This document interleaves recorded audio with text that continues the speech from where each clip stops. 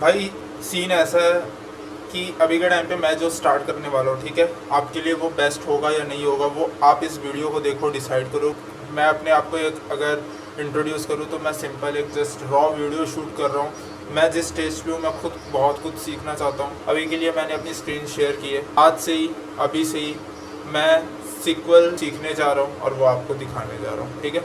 Late me just share my screen. I have shared my screen already, hopefully you are able to see, right. तो screen आपको दिख रही है। सबसे पहले एक मैं नोट्स ओपन करूँगा यार, सिंपल चीज़ है।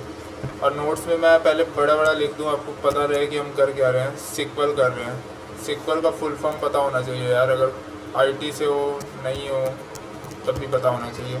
स्ट्रक्चर्ड क्वेरी लैंग्वेज क्या है भाई? ये स्ट्रक्चर्ड है, क्वेरी है, लैंग्वेज है क्या ये? भाई ये स्ट्रक्चर्ड वे में लिखी हुई क्वेरी है जो लैंग्वेज कहलाती है आईटी में, ठीक है। सिंपल चीज़ है, सबको पता होगा। There are lot of datas we have to manage, there are lot of data we have to manage in our day to day life. That's it. कैसे करोगे भाई मैनेज? फाइल में लिखोगे, एक्सेल में लिखोगे, कहाँ लिखोगे? बहुत सारे सोर्स हैं, कहाँ लिखोगे भाई? एक टेबल बनाते हैं, सिंपल सा चीज़ है। एक टेबल बनाते हैं जो रोज एंड कॉलम से मिलके बनी हो, बस दैट्स इट। एक टेबल बना दो मेरे लिए, ठीक है। तो टेबल तो बना देंगे भाई, कोई दिक्कत नहीं है। टेबल को रखोगे कहाँ भाई? टेबल को मैं डेटाबेस में रख दूंगा, दिक्कत क्या है? टेबल को मैं डेटाबेस में रख दूंगा, है ना। It will store my tables, simple है। तो भाई ये मेरे को एक बात बता, अगर एक टेबल रो और कॉलम को लेके चलती है और डेटाबेस के अंदर टेबल्स होते हैं, राइट। तो अगर इसको फोल्डर एनालॉजी में तुम समझोगे तो कैसे समझोगे यार? मैं बता रहा हूँ ना, फिर फोल्डर एनालॉजी लगाते हैं। फोल्डर होता है सबसे पहले, फोल्डर को तुम यहाँ पे डेटाबेस कह सकते हो। फोल्डर के अंदर मल्टीपल फाइल्स होती है, इस फाइल्स को तुम टेबल्स कह सकते हो। फाइल्स के बाद फाइल्स में डेटा होते हैं, तुम इस डेटा को रोज कह सकते हो, जो कि रिकॉर्ड्स होते हैं, राइट। तो ये हो गया तुम्हारा फोल्डर एनालॉजी। तो इससे तुम्हें समझ में आ जाएगा कि डेटाबेस क्या है, टेबल क्या है, रो क्या है।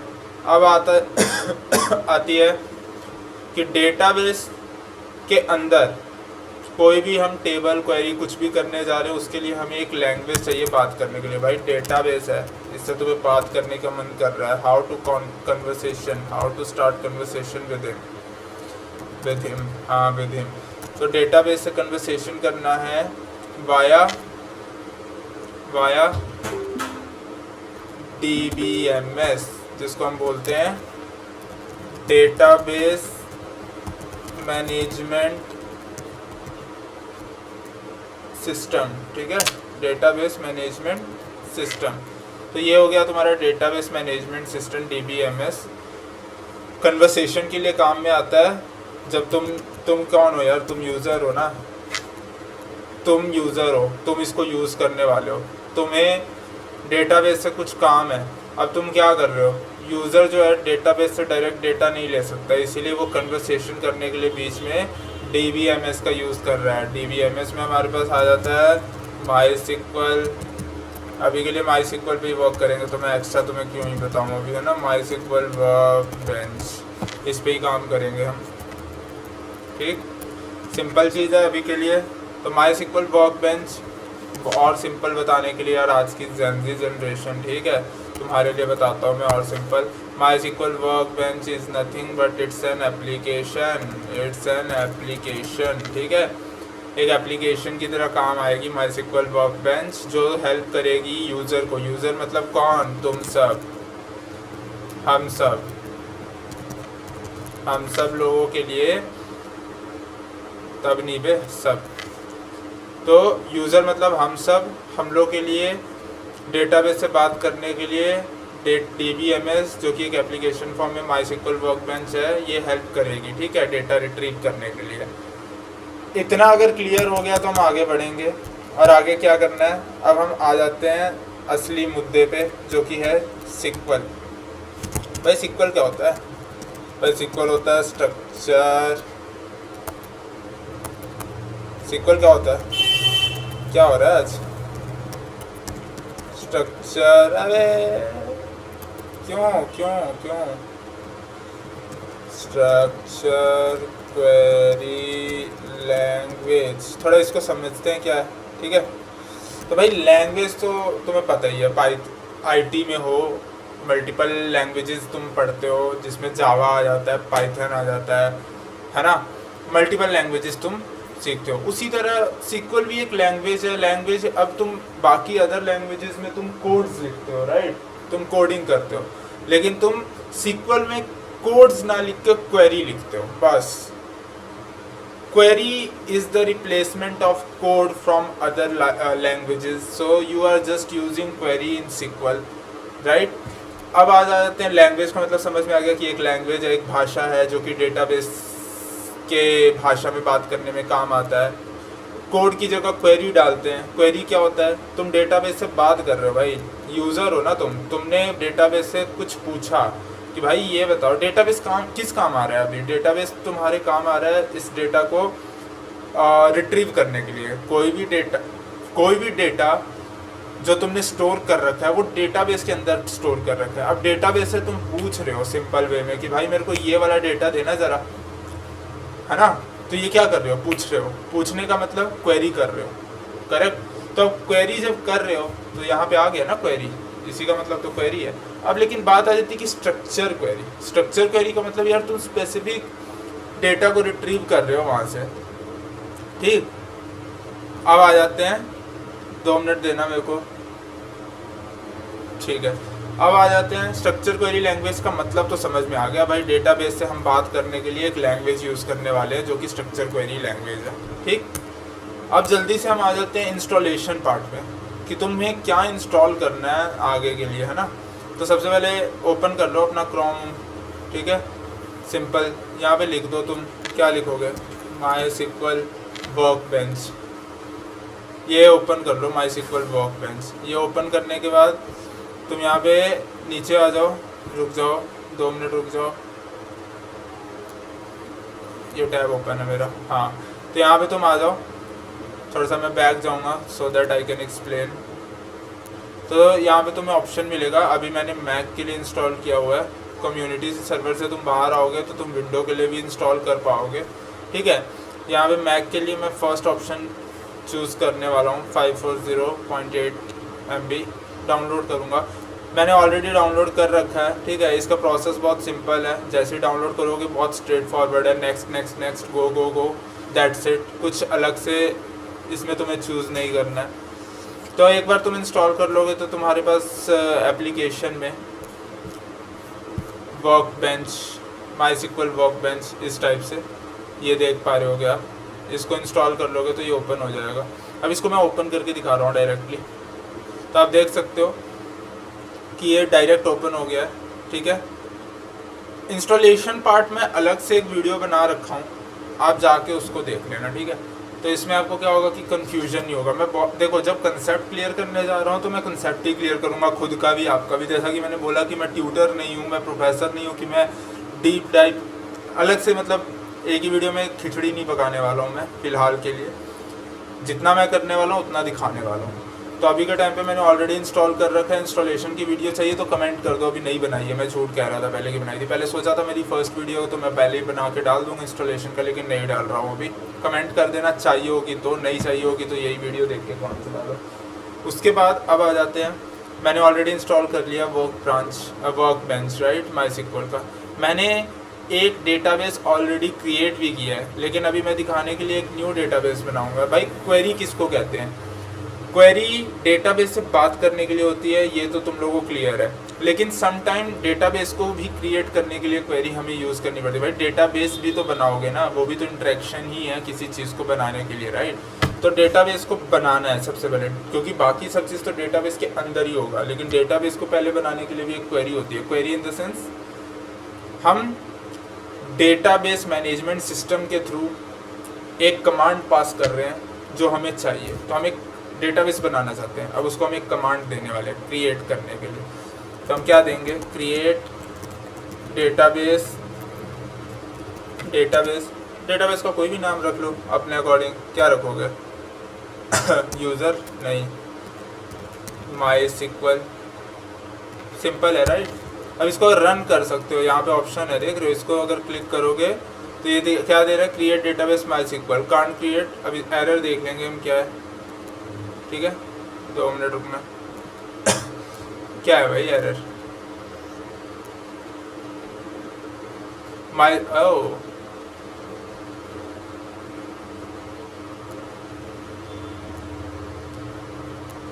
ठीक है, क्रिएट डेटाबेस माईस्क्यूएल डेटाबेस। अच्छा पहले से एग्जिस्ट करता है, कोई बात नहीं। तो हम क्या करेंगे, क्रिएट डेटाबेस रॉ डेटाबेस, ठीक है यार यही कर देते हैं अभी के लिए। तो आप देख सकते हो डेटाबेस क्रिएट हो चुका है। यहाँ पे नहीं दिख रहा यार, दिखना चाहिए था, रिफ्रेश कर लेते हैं दिख जाएगा। तो रॉ डेटाबेस करके एक डेटाबेस क्रिएट हो गया। अभी के टाइम पे ये डेटाबेस आप देख सकते हो कि थोड़ा सा ज़्यादा ब्राइट दिख रहा है राइट, क्योंकि ये यूज़ में है। अभी हम जो भी क्वेरी रन कर लेंगे ना वो इसी डेटाबेस में यूज़ होगा। लेकिन मैं चाहता हूँ यार रॉ डेटाबेस मैंने अभी क्रिएट किया है सीखने सिखाने के लिए, तो रॉ डेटाबेस को यूज़ करते हैं। तो यहाँ पे एक और क्वेरी है हमारे लिए, अगर जो भी डेटाबेस, अब हमारे पास 3 डेटाबेस है यार, हम चाहते हैं कि हम स्पेसिफिक डेटाबेस यूज़ करें, रैंडम किसी में भी हमारा कोई भी डेटा ना चला जाए। तो मैं अभी के टाइम पे क्या करूँगा, अभी लेटेस्ट डेटा जो मैंने रॉ डेटाबेस बनाया इसको यूज़ में लेके आना चाहता हूँ। तो यहाँ पे एक कमांड और है यूज़, और यहाँ पे आप डेटाबेस का डायरेक्ट नाम दे दो, ठीक है Ctrl+C Ctrl+V, use database select किया, रन किया, यूज़ रॉ डेटाबेस। अब क्या हो रहा है कि मेरा ये वाला डेटाबेस यूज़ में आ गया, ठीक है हाँ अब ये वाला डेटाबेस यूज़ में आ गया। अब क्या है यार, डेटाबेस का बेसिक तो समझ में आ गया कि तुमने कुछ तो क्रिएट कर लिया, ठीक है क्रिएशन ऑफ डेटाबेस, ठीक डेटाबेस का क्रिएशन तुम्हें समझ में आ गया। अब यार फिर यहाँ पे एक बात आ जाती है, डेटाबेस के अंदर क्या होता है। आ जाओ एक बार यहाँ पे नोट्स पे, नोट्स में क्या लिखा था मैंने, फोल्डर एनालॉजी। पहले तो एज अ फोल्डर डेटाबेस हम यूज़ करते, तो डेटाबेस तो क्रिएट कर लिया। डेटाबेस के अंदर फोल्डर के अंदर फाइल्स होती है राइट, तो डेटाबेस के अंदर टेबल्स होंगी। तो टेबल्स को क्रिएट करना है। अब हमें टेबल को क्रिएट करने के लिए हम पहले यहाँ पे लिखेंगे क्रिएशन ऑफ टेबल्स, ठीक। अब टेबल को क्रिएट करना है यहाँ पे तुम्हें, सिंपल चीज़ है। यहाँ पे जैसे तुमने क्रिएट डेटाबेस किया उसी तरह तो भाई तुम टेबल भी क्रिएट करोगे। अच्छा तुमने यार टेबल देखा है कभी अपने लाइफ में? टेबल देखा है? ये नीचे जो देख रहे हो ये भी टेबल ही है, जिसमें टाइम एक कॉलम है, एक्शन एक कॉलम है, रिस्पॉन्स एक अदर कॉलम है, ड्यूरेशन भी एक कॉलम है।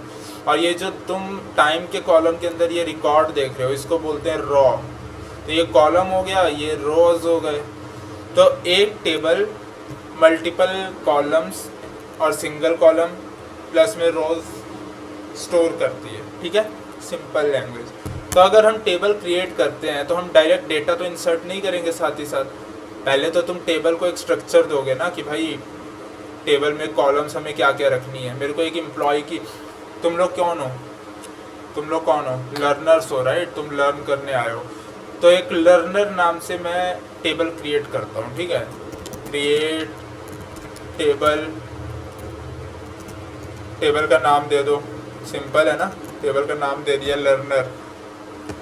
इस भाई अब ये जो पूरा का पूरा टेबल है इसका कुछ ना कुछ तो नाम होगा ना डेटाबेस में, उसी तरह मैं कुछ ना कुछ तो नाम दूंगा ना डेटाबेस में उस टेबल को स्टोर करने के लिए। तो मैंने लर्नर नाम दे दिया, कुछ भी नाम दे सकते हो। और जब नाम दे दोगे तो क्या करोगे, यहाँ पे 2 ब्रैकेट ऐसे लगा दोगे ओपन और क्लोज। अब इसके अंदर असली खेल स्टार्ट होगा। क्या खेल स्टार्ट होगा, मैंने क्या किया, एक टेबल का नाम दे दिया, ये पूरा का पूरा एक टेबल है, इसका नाम दे दिया लर्नर। अब मैं चाहता हूँ कि इसके अंदर एक स्पेसिफिक कुछ कॉलम्स हो जो कि मैं चाहता हूँ। तो मैं कौन कौन से कॉलम चाहूँगा? एक तो मैं चाहूँगा कि लर्नर की आईडी बन जाए भाई, ठीक है। अभी मैं देखना धीरे धीरे समझा रहा हूँ कैसे तुम्हें समझ में आएगा। एक तो मैं कह रहा हूँ कि लर्नर की आईडी, ये कॉमा डालना ज़रूरी है भाई, सेपरेट कर रहे हो ना कॉलम को। उसके बाद अभी एरर मैं बताऊँगा क्यों आ रहा है, ठीक है। आईडी बन गया भाई, नाम भी तो होगा लर्नर का, बिल्कुल भाई नाम भी होगा, तो नाम भी लिख दो उसका, ठीक है। नाम के बाद और क्या लिखना चाहते हो यार? सिटी लिख दो तो ज़्यादा सही रहेगा कि कौन से शहर से वो लर्नर सीख रहा है। उसके बाद ईमेल आईडी भी मैं चाहता हूँ कि वो बता ही दे भाई, अपने आप को रजिस्टर तो करेगा ही ना, तो ईमेल आईडी भी बन गई। अभी के टाइम पे मैं ये 4 कॉलम ही रखना चाहता हूँ। अब मैं बताता हूँ ये एरर आ क्यों रहा है। तो होता क्या है, मान लो कोई प्रोग्रामिंग कर रहे हो, उस प्रोग्रामिंग में कोई भी तुम साइन इन साइन अप मांगता है, राइट। अगर कोई तुम पोर्टल ओपन करते हो तो उसमें साइन इन साइन अप मांगता है। तो साइन इन तो होता है कि ऑलरेडी स्टोर्ड है, उसमें से वो लॉगिन किया आ गया। साइन अप में क्या होता है, डिटेल तुम्हें भरना रहता है, like first name, last name, middle name, email ID, city. उसमें से कुछ पार्ट मैंडेटरी होते हैं, कुछ पार्ट मैंडेटरी नहीं होते। एकदम तुम कुछ सीखते हो ना भाई, तो एकदम रियल लाइफ से रिलेट करके सीखो तो तुम्हें जल्दी समझ में आएगा, अरे मैं कर क्यों रहा हूँ ये, ठीक है। तो अब समझना, टेबल क्रिएट कर रहे हो, टेबल में तुम क्या कर रहे हो, ये भाई टेबल कल के दिन बैकएंड किसी लैंग्वेज, किसी क्या बोलते हैं, कोडिंग में यूज़ हो गया मान लो, तो उसमें हर एक कॉलम को हमें उस तरीके से भी तो बनाना पड़ेगा ना कि अच्छा हाँ कुछ गलत ना स्टोर हो जाए। तो आईडी जो है, अच्छा 2 चीज़ और, डेटा टाइप क्या होता है, कांस्टेंट क्या होता है, ये आगे चल के हम पढ़ेंगे। अभी के टाइम पे कॉलम्स हैं, मैं इसके आगे डेटा टाइप भी लिखूंगा, कांस्टेंट भी लिखूंगा, समझाऊंगा किसी दूसरे वीडियो में। अभी के लिए बस ये समझो, या फिर अभी लगे हाथ अगर मैं जितना समझा पाऊंगा समझाऊंगा, अदरवाइज तुम देख लेना, अभी रुक के मैं अगले वीडियो में समझा दूंगा। आईडी जो है, आईडी यार सिंपल लैंग्वेज में अगर मैं तुम्हें बताऊं, आईडी क्या होता है, 101, 102, 103। कोई मान लो एक बंदा है रोहन नाम का, रोहन ने रजिस्टर किया, रजिस्टर करने के बाद क्या हुआ कि उसकी एक आईडी बन जाएगी, राइट। जैसे एम्प्लॉय की भी आईडी बनती है, स्कूल में तुम्हारा रोल नंबर होता है, वो भी एक आईडी हो गई, उसी तरह आईडी बन रही है यहाँ पे लर्नर्स की। तो लर्नर्स की आईडी बन रही है, वो आईडी होती क्या है भाई, डेटा टाइप उसका क्या हो सकता है, इंट होगा, राइट, नंबर, इंटीजर्स। तो डेटा टाइप में इंट रख देता हूँ, एक लिमिट रख देता हूँ यार कि डेटा टाइप ना 20 अभी के लिए, ठीक है। और उसके बाद एक चीज़ और, इसको मैं प्राइमरी की कर देता हूँ। प्राइमरी की क्या होता है, will explain later, for now you have to just understand कि भाई डेटा टाइप, एक अगर हम कॉलम ऐड करते हैं तो उसका डेटा टाइप हम लिखना मैंडेटरी है, डेटा टाइप इज मस्ट। जो कांस्टेंट है, सी इसको डेटा टाइप कहते हैं, इंट 20 जो मैंने लिखा है ये डेटा टाइप है, ये उस कॉलम के डेटा टाइप को रिप्रेजेंट कर रहा है कि भाई ये कॉलम कौन से डेटा टाइप में डेटा लेगा। क्या वो नंबर लेगा तो इंट लिख दिया, क्या वो कैरेक्टर्स लेगा ABCD EFG, तो उसके लिए मैं var यूज़ कर लूँगा। जैसे कि नेम है, राइट, तो नेम में यूजुअली हम क्या यूज़ करते हैं, हम कैरेक्टर्स यूज़ करते हैं, right, like my name is Satyam, so SATYM, तो अल्फ़ाबेट्स है, तो यहाँ पे मैं var यूज़ करूँगा, var, और यहाँ पे मैं लिमिट दे दूँगा, आई थिंक 100 बहुत होगा यार, कितना ही बड़ा नाम होगा किसी का, ठीक है।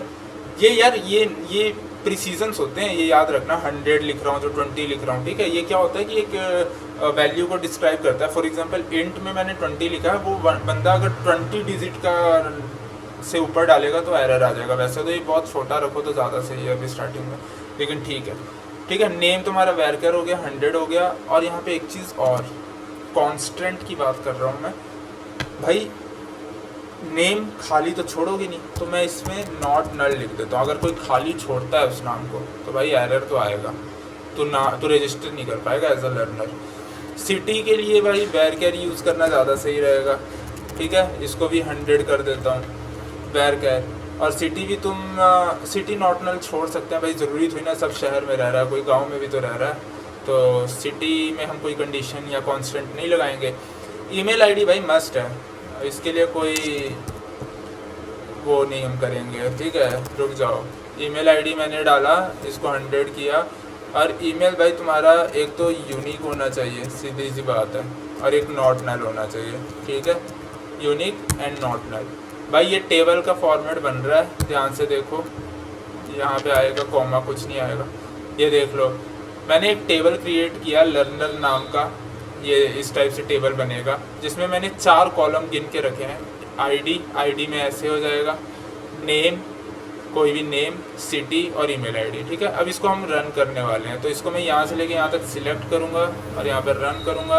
यहाँ पे क्रिएट टेबल वार्निंग के साथ एग्जीक्यूट हो गया और टेबल तो क्रिएट हो गया। टेबल को मेरे को अगर डेटाबेस में देखना हो तो इसको एक बार रिफ्रेश कर दूंगा, तो टेबल के अंदर ड्रॉप डाउन का ऑप्शन दिख रहा है, यहाँ पे लर्नर नाम का एक टेबल बन चुका है और इस टेबल के अंदर कॉलम्स हम देख सकते हैं, ठीक है। अभी के टाइम पे 4 कॉलम्स हैं।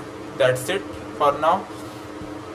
टेबल बन गया यार, अब टेबल को देखना भी तो है। How to read the table, read the table, table को रीड करो यार, मेरे को बताओ टेबल की एग्जिस्टेंस की। सच में टेबल बन गया क्या? हाँ बन गया यार। सिलेक्ट स्टार फ्रॉम, टेबल का नाम क्या था? लर्नर। सिलेक्ट स्टार क्यों लिखा मैंने, फ्रॉम क्यों लिखा, लर्नर क्यों लिखा? भाई लर्नर तो टेबल है।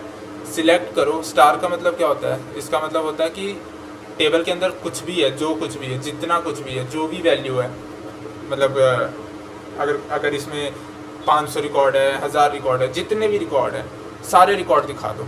Select star from learner. तो हमने यार अभी वैल्यू तो डाली नहीं है इस टेबल के अंदर, तो क्या वैल्यू हमें मिलेगी? अभी मिलनी तो नहीं चाहिए। आज इसको सिलेक्ट करके रन करके देख लेते हैं। तो भाई मैंने रन किया तो मेरे को आईडी दिख रहा है, नेम दिख रहा है, सिटी दिख रहा है, ईमेल आईडी दिख रहा है, वैल्यू सबकी नल दिख रही है, राइट।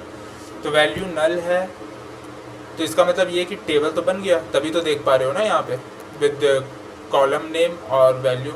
ये तुम्हें थोड़ा सा कॉलम नेम दिखा देता हूँ अच्छे से, राइट।